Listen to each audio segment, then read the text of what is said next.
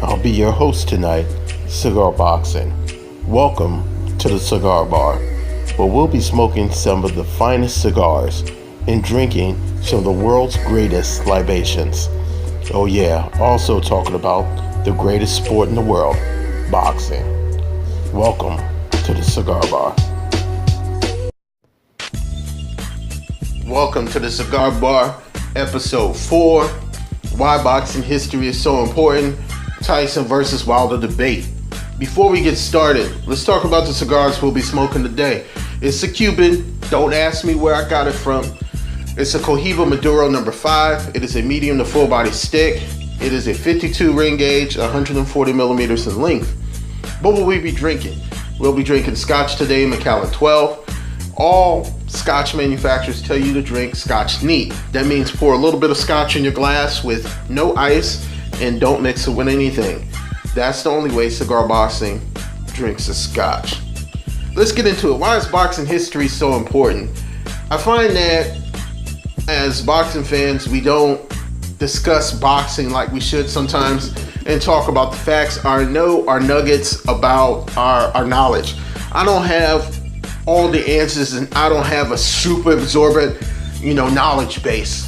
But I know enough to know the difference between right and wrong as far as certain resumes. If I hear an opinion sometimes and I think it's interesting, I'll fact check and watch some of the fights. If somebody interesting comes on YouTube and they start talking about a fighter and they're excited about this fighter, I'll sit and I'll watch.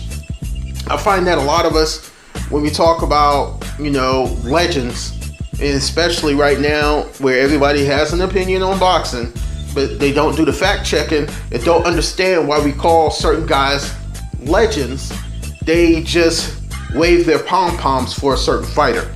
Let me say first, I respect Deontay Wilder as the WBC heavyweight champion of the world. I think he can become undisputed. But with all the politics in boxing right now, can it be done? Okay? I'm not going to compare what he's doing right now to Mike Tyson. I just want to say that Mike Tyson did not fight bums. I was alive, and I watched boxing at the time. I didn't just start watching boxing in 2009.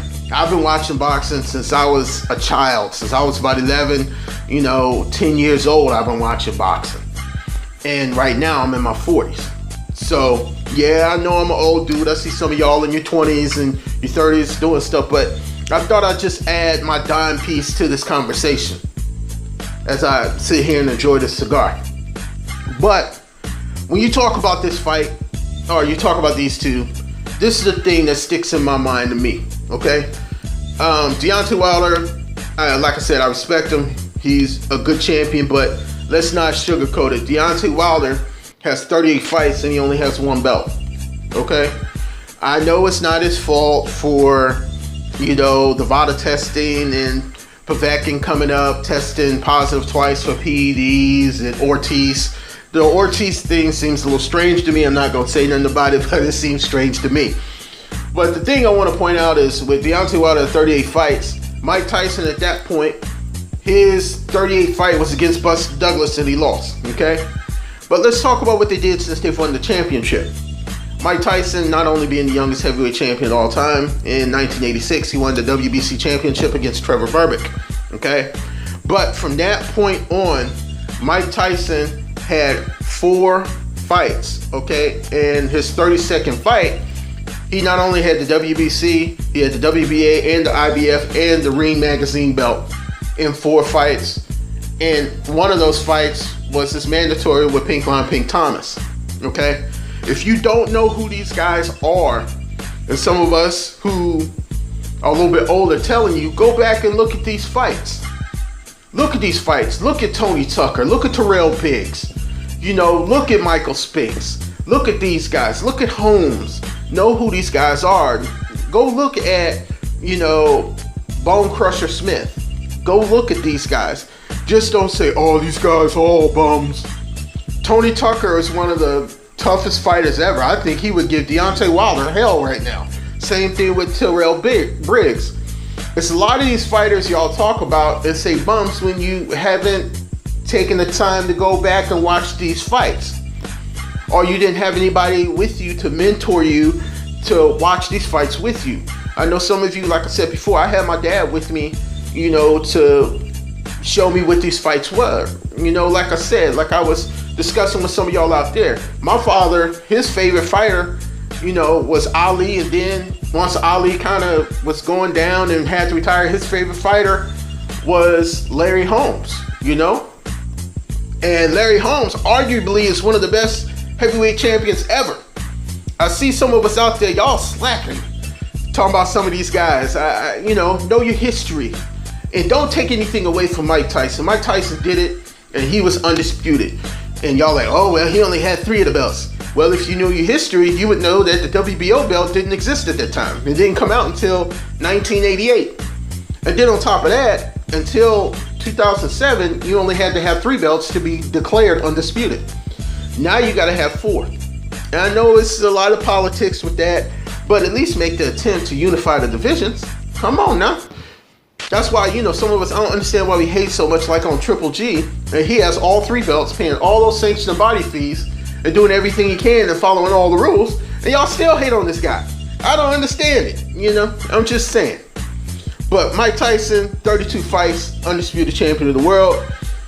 And remember, Mike Tyson in his era, he fought 3 times a year. But right now, you got fighters who barely fight once or twice.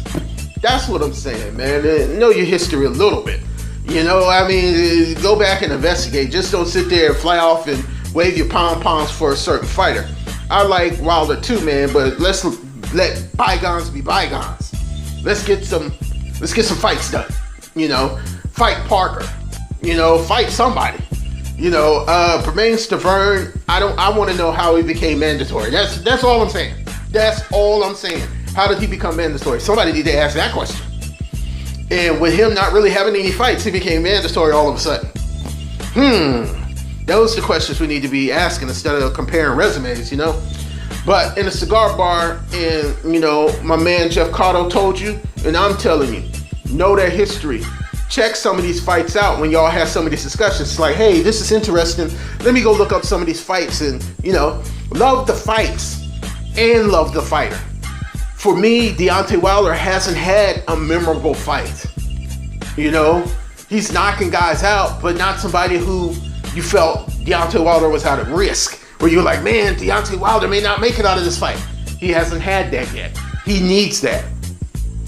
And I'm going to make another video on this Anthony Joshua Wilder debate. These guys got to get past their fights, okay? Joshua's next fight ain't going to be easy either.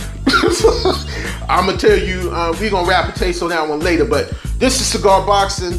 I'm going to go back to my cigar and scotch. Y'all tell me what you think, man. Later.